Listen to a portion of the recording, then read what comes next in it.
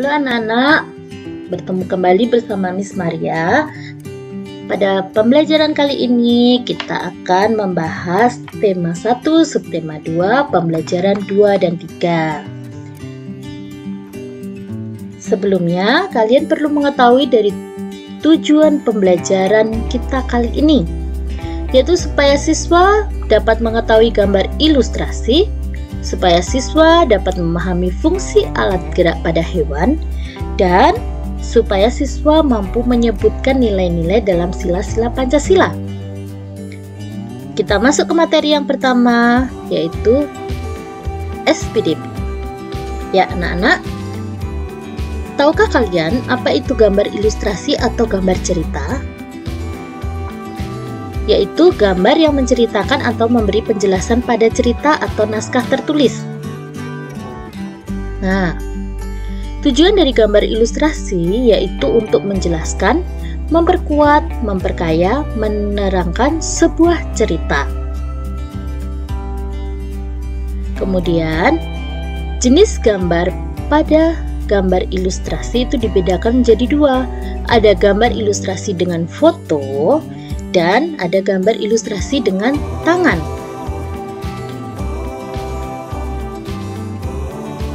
Bentuk dari gambar ilustrasi ada bermacam-macam. Contohnya adalah bentuknya cerita bergambar, karikatur, kartun, komik, ilustrasi karya sastra.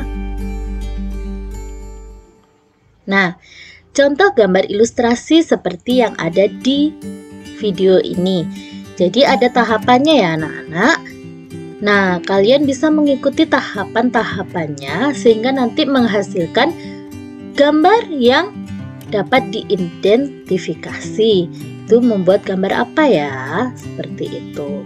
Nah, kalau contohnya gambar ilustrasi di depan kalian ini adalah gambar hewan kelinci. Ya. Selanjutnya, dalam membuat gambar ilustrasi, kalian perlu mengetahui teknik dan media yang ada. Tekniknya dibedakan menjadi dua, yaitu teknik kering dan teknik basah. Kalau teknik kering, medianya itu menggunakan pensil, arang, kapur, krayon, bahan yang kering tanpa air, atau tanpa minyak, atau tanpa bahan pengecer. Kemudian, kalau kita menggunakan teknik basah, media yang digunakan adalah cat air, cat minyak, tinta, atau media yang memerlukan campuran air, campuran minyak, atau campuran pengecer. Nah, langkah-langkah dalam membuat gambar ilustrasi.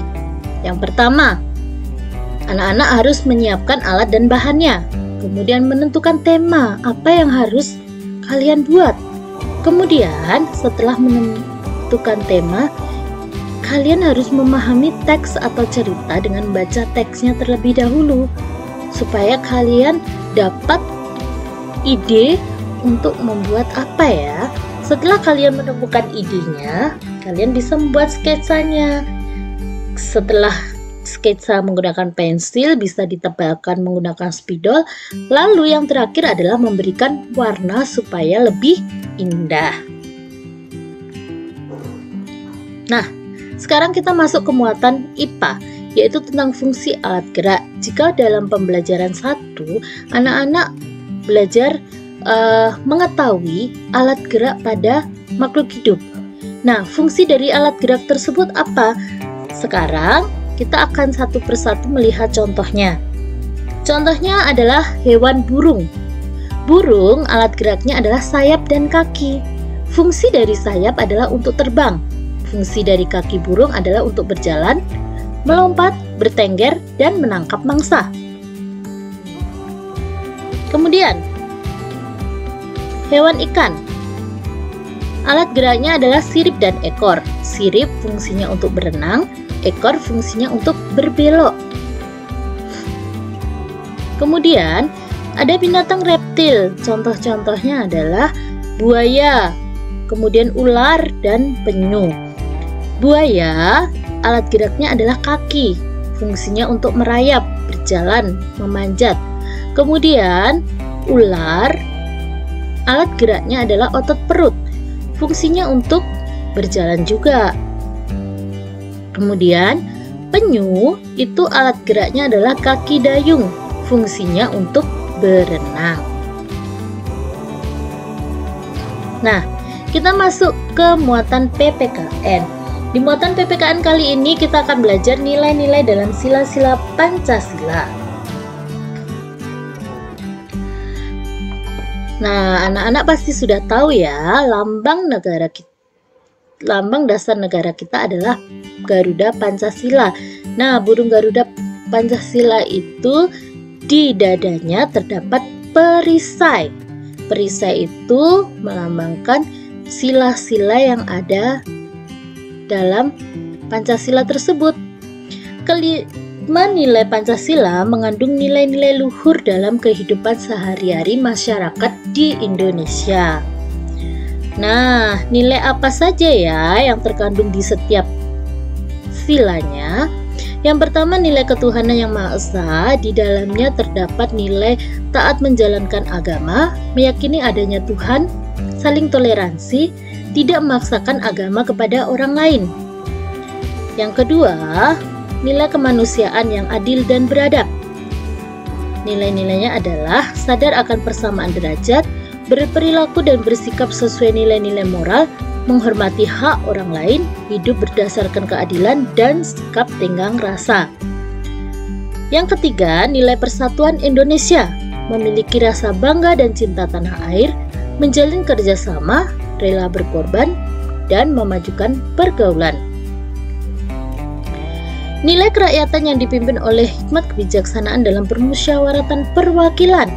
Nilai yang terdapat di dalamnya adalah keputusan bersama, mengutamakan prinsip musyawarah mufakat, menghargai dan menghormati keputusan bersama, mengutamakan musyawarah dalam menyelesaikan setiap masalah. Kemudian, nilai keadilan sosial bagi seluruh rakyat Indonesia, bekerja keras dan menghargai hasil kerja keras orang lain, membiasakan hidup hemat dan sederhana, keadilan mendapat sesuatu sesuai haknya, mengembangkan sikap adil terhadap sesama. Kalau anak-anak perhatikan, gambar yang di sampingnya itu ada 3 anak dengan tinggi yang berbeda. Nah, untuk mewujudkan sikap keadilannya di sana, maka anak yang tingginya rendah itu mendapatkan 2 bangku ditumpuk. Kemudian anak yang sedang mendapatkan 1 bangku, dan yang tinggi itu tidak mendapatkan bangku. Nah, itu adalah bentuk keadilan karena mereka bisa sama-sama menyaksikan pertandingan yang ingin mereka lihat. Itulah nilai dari keadilan sosial bagi seluruh rakyat Indonesia. Selanjutnya, jika tadi kita membahas tentang nilai-nilai sila yang ada dalam Pancasila, nah, bagaimana menerapkannya nilai-nilai tersebut dalam sikap kita sehari-hari? Yang pertama, sila pertama dengan lambang bintang, sikapnya, contohnya adalah beribadah sesuai agama yang dianut, menghormati teman meski beda agama, mempersilahkan teman beribadah sesuai agamanya. Itu contoh sikap di sila pertama ini. Kemudian, sikap sila yang mencerminkan sila kedua, yaitu membantu korban bencana alam, saling mencintai sesama manusia, berani berkata jujur kepada semua orang. Nah, contoh sikap pada sila ketiga, ikut kerja bakti membersihkan saluran air, menghormati adat dan kebudayaan suku lain, tidak membeda-bedakan teman berdasarkan suku, agama, ras, dan golongan. Dan sila keempat, contoh sikapnya adalah mengutamakan musyawarah dalam mengambil keputusan, mengutamakan kepentingan umum daripada kepentingan pribadi, tidak memaksakan kehendak kepada orang lain. Dan yang terakhir adalah sikap dari sila kelima, contohnya membelanjakan uang dengan hemat, jadi tidak boros. Jika kalian diberikan uang saku, sisakan, jangan dihabiskan semua. Itu termasuk pengamalan sila kelima.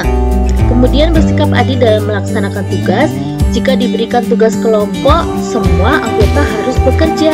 Tidak ada yang satu bermain, satu mengerjakan.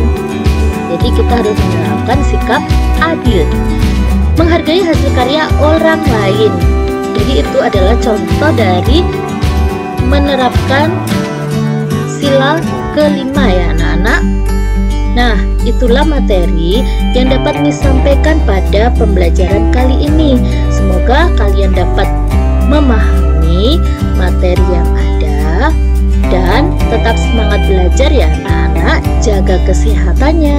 Sampai jumpa.